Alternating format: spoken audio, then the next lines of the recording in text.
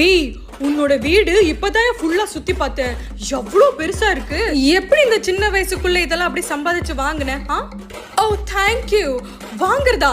நானா? நோ வே.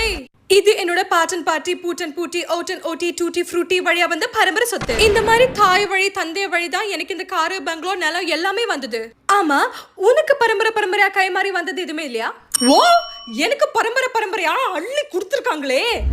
அம்மாவோட அம்மா தந்தது அலர்ஜி, அப்பாவோட அப்பா தந்தது ஆஸ்மா, பெரியப்பா தந்தது ஏறு நெத்தி, பெரியம்மா தந்தது மங்குனி புத்தி, மாமி கொடுத்தாங்க மெமரி லாஸ், மாமா கொடுத்தாரு மைக்ரேன், சித்தப்பா கொடுத்தது சைனஸ், சித்தி கொடுத்தது ஐசைட் மைனஸ். ஆக மொத்தம் நமக்காக யாருமே எதுவும் சேர்த்தும் வைக்கல. நம்ம கையில அம்மன் ஜல்லி தரவும் இல்ல.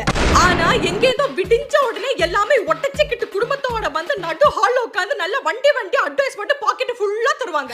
இதுதான் என் குடும்பத்துல பொறமுறையா கை மாறி வந்தா என்னோட பரம்பரை